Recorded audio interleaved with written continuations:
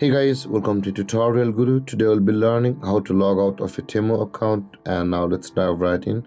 Now to sign out of Temu app, first open up your Temu app on your phone. And after opening your Temu app, guys, on this interface at the bottom of the screen you can see a bunch of options, and on the middle side there is the U button available for us. Tap on the U button, but first let's verify ourselves, guys. And after the verification, let's tap on the U button at the bottom of the screen, bottom right middle. And when you land over here, you'll be required to tap on the settings option at the top right corner of the screen. And when you open the settings of your phone, you can see the sign out button at the bottom of the screen.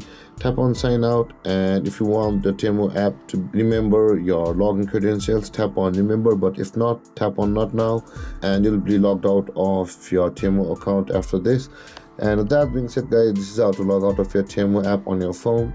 And if you have any confusions or questions regarding a topic, feel free to comment in the comment section below, and don't forget to like, subscribe and hit that bell icon for more videos.